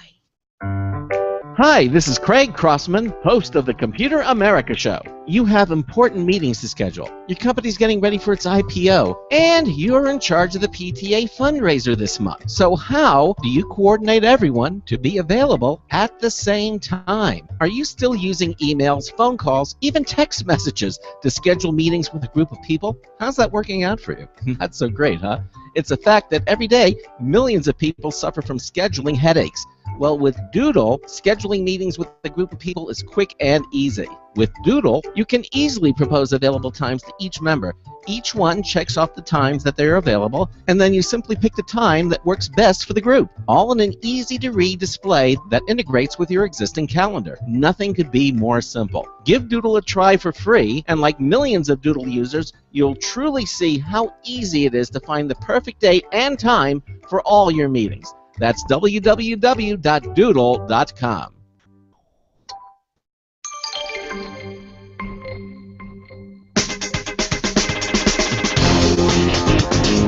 Let's do this. This is Marty Winston with a News Tips Bulletin Review for Computer America, this time the Talent MUS3 stand. The Talent brand is exclusively distributed in the U.S. by Parts Express, who honored our request for the Talent MUS3 stand. Stand by, because this is about to take two quirky turns. The first, the MUS3 is a sheet music stand and not a new invention. It's like the ones you may have seen on a Philharmonic stage or in a school band room. It has a telescoping dual shaft adjustment for height and a rear tightening adjustment for tilt, but it's basically 20 inches wide of steel with an L bottom if it's on its stand on a Y-shaped base. We didn't want it for sheet music. rethinking workspaces, we took a look at the phones on our desk and thought about what we might be able to do to make them take less space but be more accessible. So we figured on a right angle mount using a wall mount for the phones, but it looked familiar. Made us think of music stands, and we found the right stability in the Talent MUS3. We couldn't fit 3 of the instruments we currently use, but decided instead on a slightly wider model with a bigger display and bigger buttons in case we ever get old. The whole assembly also had to take advantage of 4 clock modules because we heard that Windows 10 doesn't support gadgets, and you keep a clock on screen for each of the U.S. time zones. So we put the whole thing together. A strip of vinyl tape silenced the rattling of the concentric vertical strut in the stand, and plastic project boxes covered the wiring in the back. Bottom line, the Talent MUS3 stand from Parts Express is great for sheet music, but even sweeter when we try to make the workplace neater. This is Marty Winston with a News Tips Bullet Review for Computer America. Welcome back to the Computer America Show. That was Marty Winston. Last time you'll be hearing either one of these News Tips Bulletin reviews. Next week, of course, new ones. But yeah, no. Friday, second hour, second half of the show at the beginning. All that means, yes, it's time to announce our social media contest winner of the week. All right, let's do it. And this social media winner is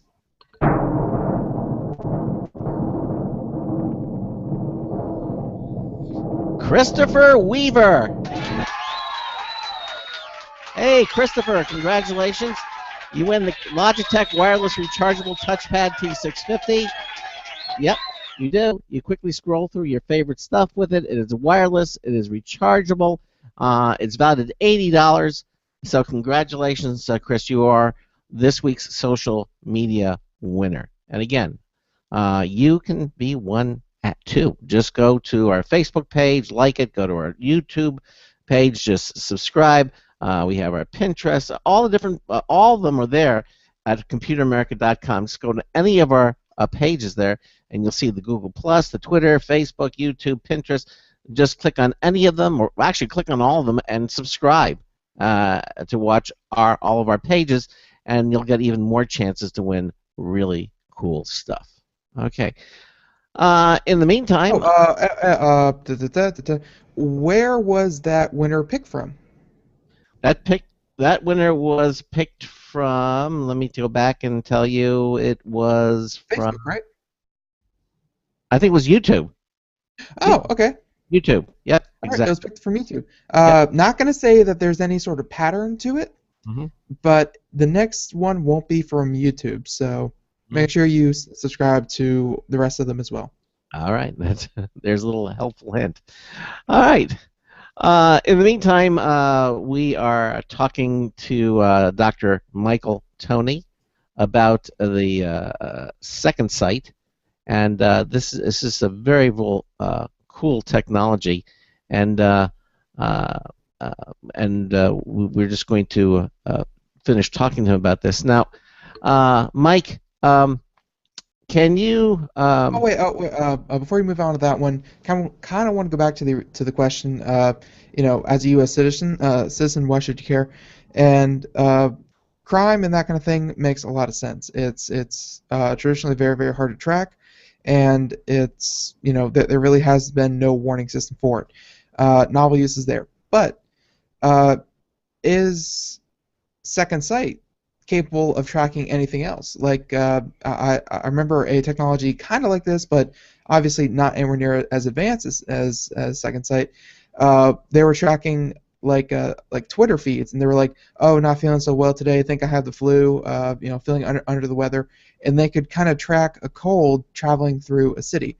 Like, could Second Sight be used to track weather or sick or illness or things like that? Well, for some reason you're muted and we can't hear you. Can you, Mike? Can you unmute yourself? There you go. Yeah, sorry. I don't know how that.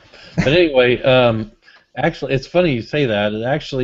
It doesn't do any kind of predictions or try to trace out where that's happening, but it does take in live feeds from the National Weather Service, from literally hundreds of mainstream media outlets, and it does pull all that information together and put it in visualizations. So, and to include live crime reports by average people, that are submitting it to various websites that track crime. So it does take this information, it does put it in visualizations, but it doesn't yet try to predict things based on that. So it isn't going to tell you whether there's going to be a flu outbreak in Richmond, Virginia, but it will definitely tell you that the CDC reported something in Richmond, Virginia, and it'll also tell you whether or not the National Weather Service said something happened in Virginia or any of the mainstream media. Have you ever considered some other alternatives for the dashboard, the user interface? Maybe like a little crystal ball that would be up there and change color. Yeah, it's funny you said that because originally the software was named Social Oracle, and it did the icon was a crystal ball. Son of a gun. But the Oracle Corporation, very quickly after my first press release, they're no fun, Come on. They just happened to have a product called Oracle Social. Yeah. Is what theirs is called. Mine was Social Oracle. Theirs was Oracle Social. So I agreed to rename it, and it's not a problem. I mean, Second Sight is a good name for this product. Yes, it is. Actually, a very good one. So let me. The Second Sight provide any other functionality beyond, let's say, predicting the likelihood of violence? Yeah. So it's the way it's designed is if we have a client that has their own data set or whatever it might be that they want to include in the analysis, to include just raw data. If they want to pour in raw data from wherever they collected it to see what kind of sentiment it is produced from it, Second Sight is designed to ingest that data. It doesn't matter where it comes from. So and I think you mentioned earlier, I mean, this can actually predict outbreaks. Viral outbreaks. It doesn't really predict it. It only provides visualizations.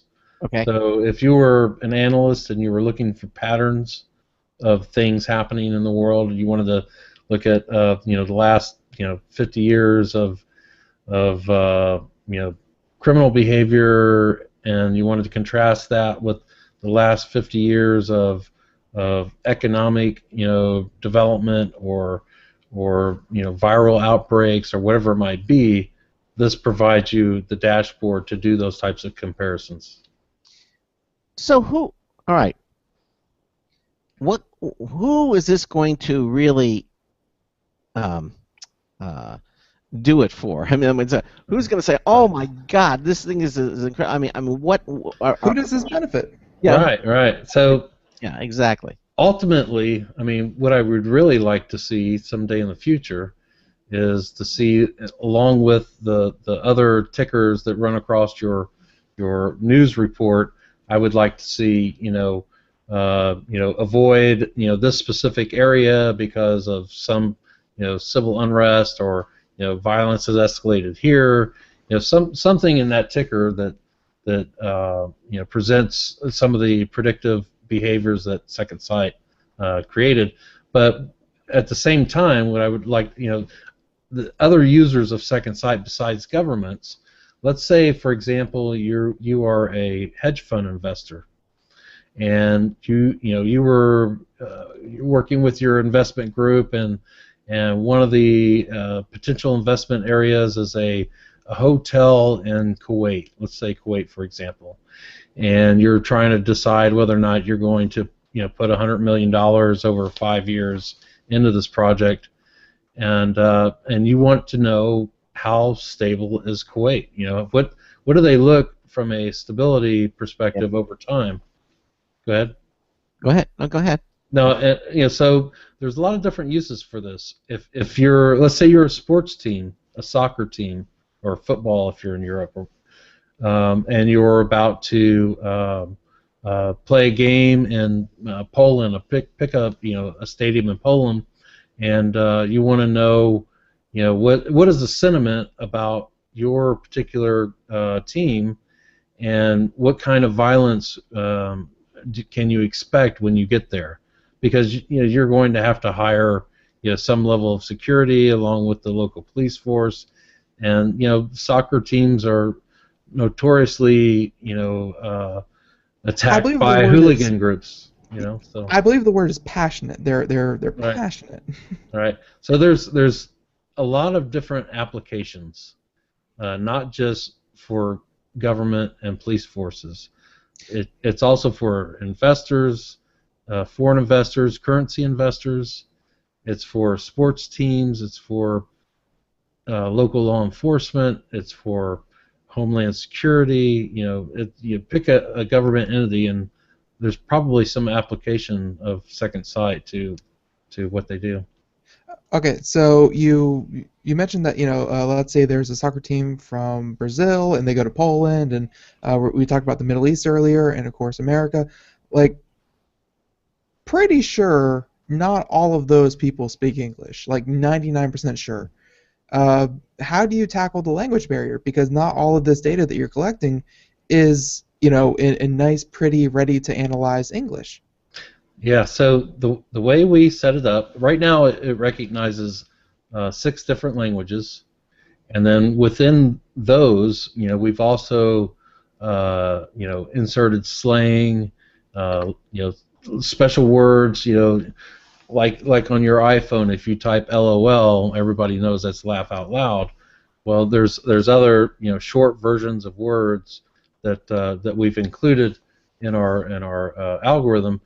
But as far as the interface goes, there are some very standard language add-ons that you use for a website to help translate it into different languages, and we have that as well. Yeah, exactly. So let me add one more thing to that. Yeah. Because we look across multiple languages, and some people will speak in multiple languages. They'll use their native tongue and then inject some English words or Arabic words or whatever it might be. So that's from the very beginning we recognized that language and word use, those types of things, would be very important, and we addressed that at the very beginning. Are you saying that when people become angry, they tend to revert to their native language? Right. So there's some people will mix things. They will use American slang in conjunction with their native language. Well, because when you speak multiple languages, they usually say that when you think or something, you think in the language, your first language, assuming right. And when you get frustrated or you get angry, you tend to fall back on your native language and use those words. Right. So we're set up to whatever combination of word use the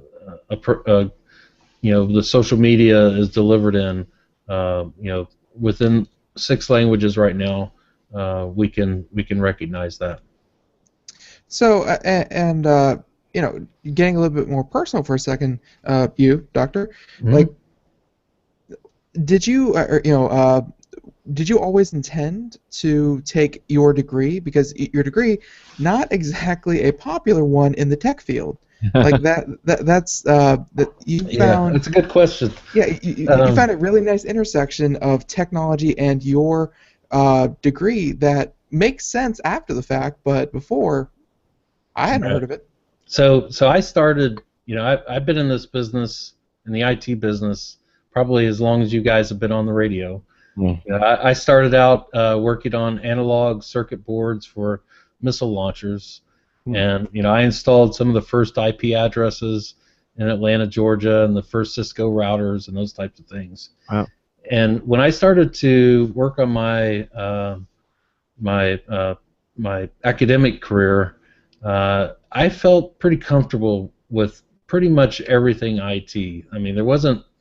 I've done everything from networks and routers to writing applications and code to wiring up networks and you name it. I've probably had something to do with it at some point in my career, and I felt that what I needed at this point was not IT. I've had the hands-on, real-world experience of that, and it was time to kind of broaden my scope to understand other parts of society. But you're still kind of intertwined with technology. I mean, Right. Just like when you get angry and you fall back on your first language, he might have fell back on his IT history. Exactly. Well, today everything is intertwined with technology. Sure. There's no new other than retail clothes and things like that, and food, even food. I mean, and clothes. Yeah. There's some technology element to it, and you can't escape it. Yeah, anything and everything really that we do today is technology based or technology. You can't escape it, nor would you necessarily want to. I mean, unless you want to go live in a hovel somewhere, and even that. When I retire, I might escape technology. I might build a little shed out in a mountain place or something. Don't call yourself Kaczynski, please. No. No, not like that. I'm thinking I don't want cell phones and. Oh, okay. Very little use of the internet. Okay. Worked for a couple thousand years. I mean, who says you can't get overloaded nowadays? Yeah. They say the pyramids were giant antennas to the gods. But anyway, so all right. That's the ancient alien theorist, right? Exactly. to which my wife subscribes wholeheartedly. So let me just ask this. We have a couple minutes left. What do you expect in the future versions of Second Sight? Just kind of look ahead a little bit. Well, there's right now the challenge is you have all this data, and in a lot of cases you can buy it. You don't have to scrape it or collect it, from disparate sources. And it really comes down to finding patterns in the data. So how do you find out that the flu is is spreading through Richmond, Virginia?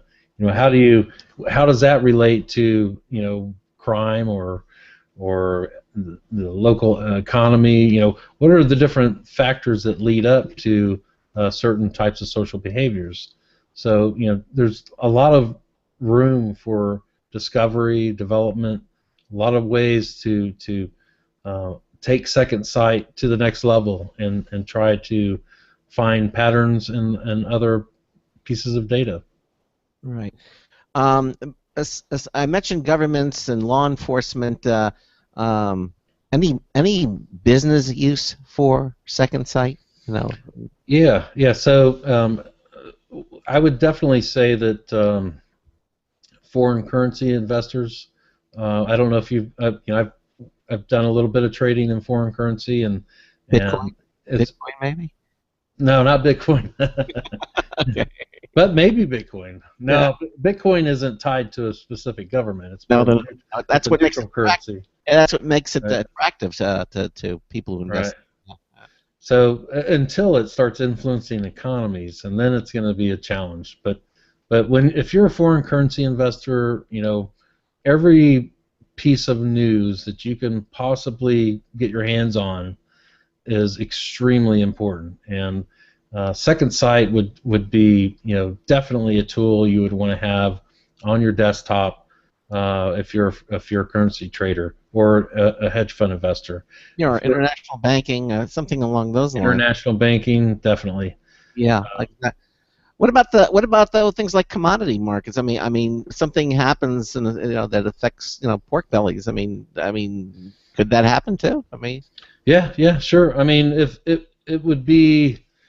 That would be a little more challenging, but I could see some application there. I mean, I think that really it comes down to the concentration of people.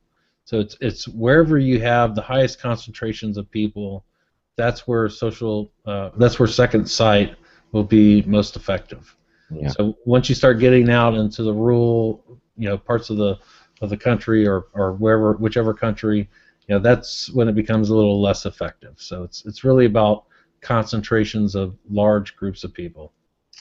Well, I mean, there are certain businesses and that obviously that are trading in the stock market that are people centric, I guess. Oh yeah. And so possibly those types of things or businesses could. That's Go ahead. Yeah, so well, that's good. That's good you bring that up. Now that I think about it, there's actually the four main dimensions that Second Sight looks at. One of them is religion, one of them is economy, politics, and crime.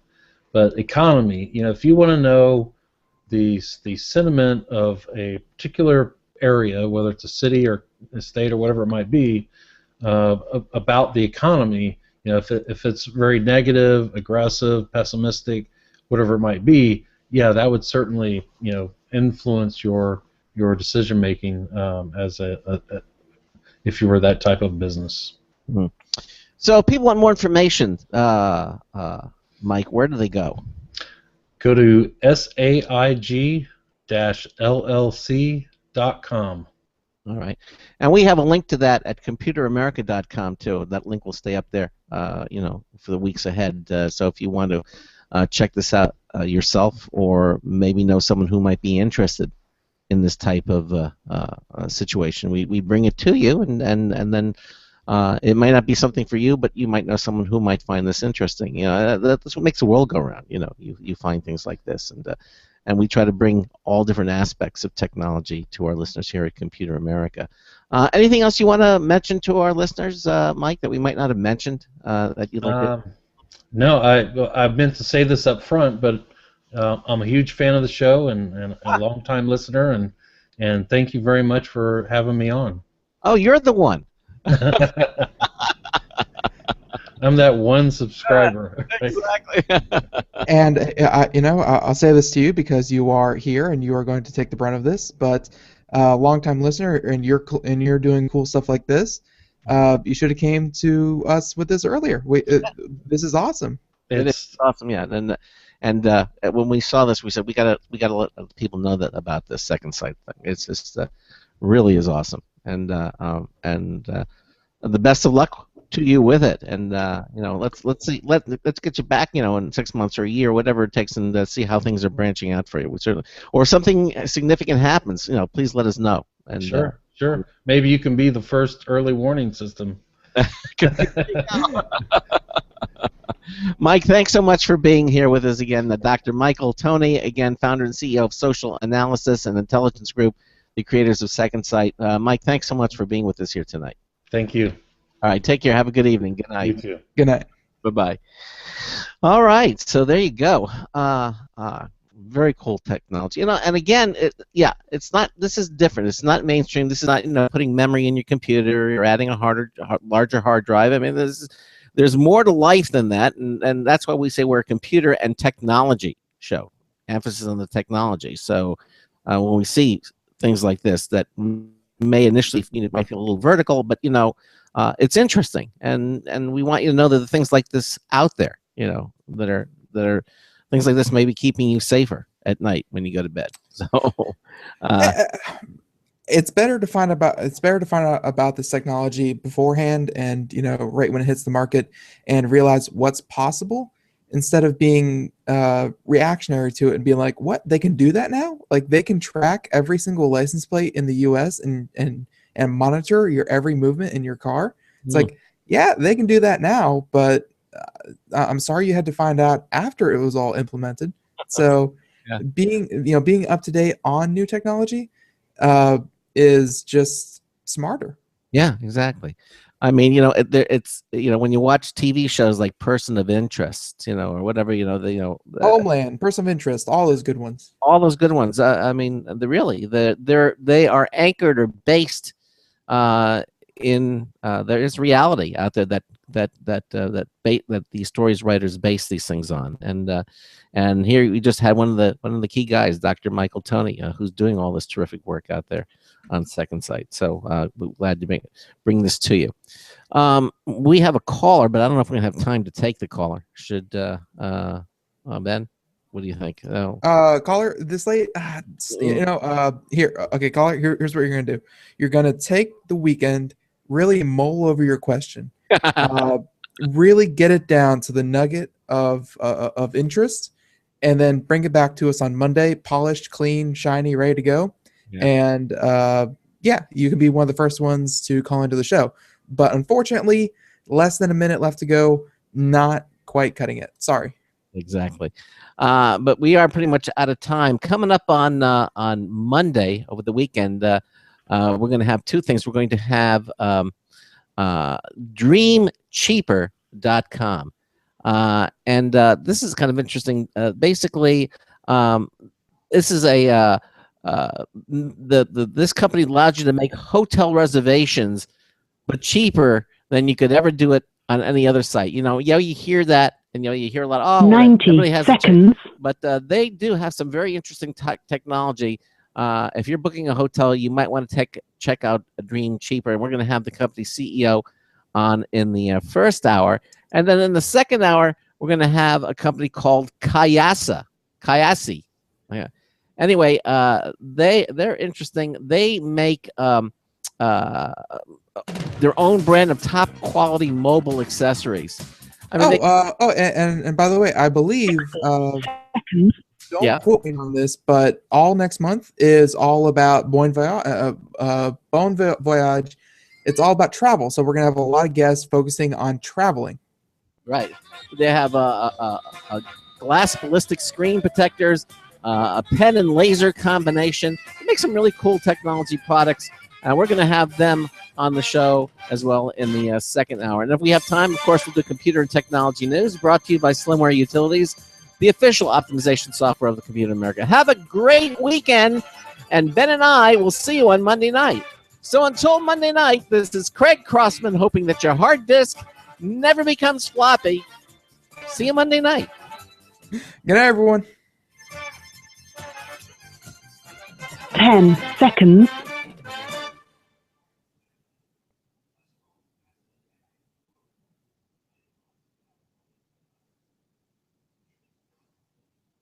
Thank you for using Blog Talk Radio. Goodbye. Okay, everybody. I know a lot of you are watching and on our Google Hangouts or live video stream. Thank you so much for joining us. And Ben and I will see you on Monday. So have a great weekend, and we'll see you on Monday night. Take care. Bye-bye, everybody. Good night.